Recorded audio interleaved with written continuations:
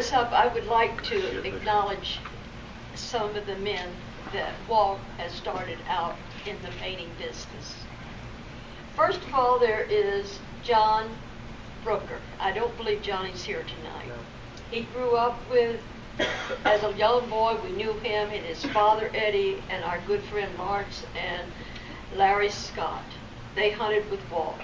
When Johnny was, I guess, finished school, Walt talked him into becoming a painter. And he worked for Walt for a number of years. Then he went to work for Russo Painting and is still working for him. Now Johnny knew Walt loves sweet potato pie. And every Thanksgiving he brings Walt a sweet potato pie that he makes, which is very good. Now I have a guy that lives next door to me, Eddie Qualls.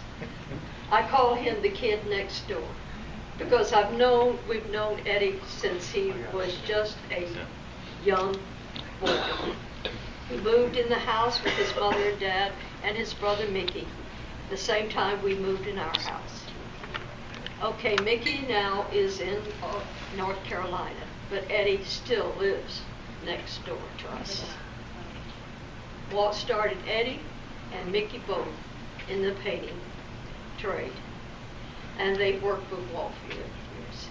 Eddie now works for Stevens and Sons Painting Company. And I want to thank the kid next door for being such a good next door neighbor. We love you very much. But then there is Gary Tangerson. Gary lived 2 doors down from us. He grew up with Walt, ran around with Walt. He was like a son to us. He's always there to work on Walt's airboat. Went hunting with Walt, Glenn, Gene Flamel, and all of them, and also Jim Bogart.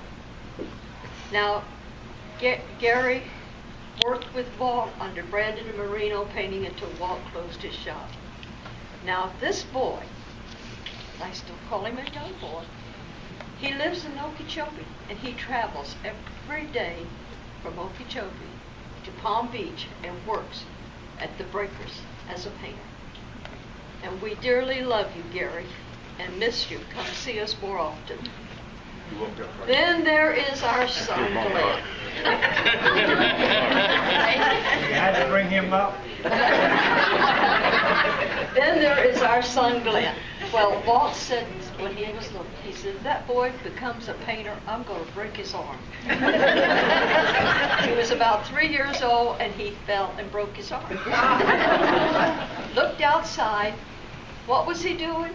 His arm in a cast, painting the house with water. Walt said, well, that solves that. I guess it's in the genes, to be a painter. Well, he worked with his father from the time he was in high school. When Walt worked for Sun Art Painting as supervisor, Glenn would work after school. When Walt went into business, Glenn went in working with his dad. He said, you start at the bottom. You have to go to apprentice school. People would say, why are you making your son go to apprentice school? My goodness, he's your son. You ought to start him out. He said, no, he will learn the trade from the bottom up. He will learn how to do things. He says, I don't show any partiality to him. He's going to learn it.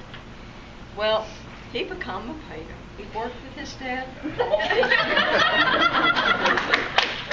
And still is painting for painting company.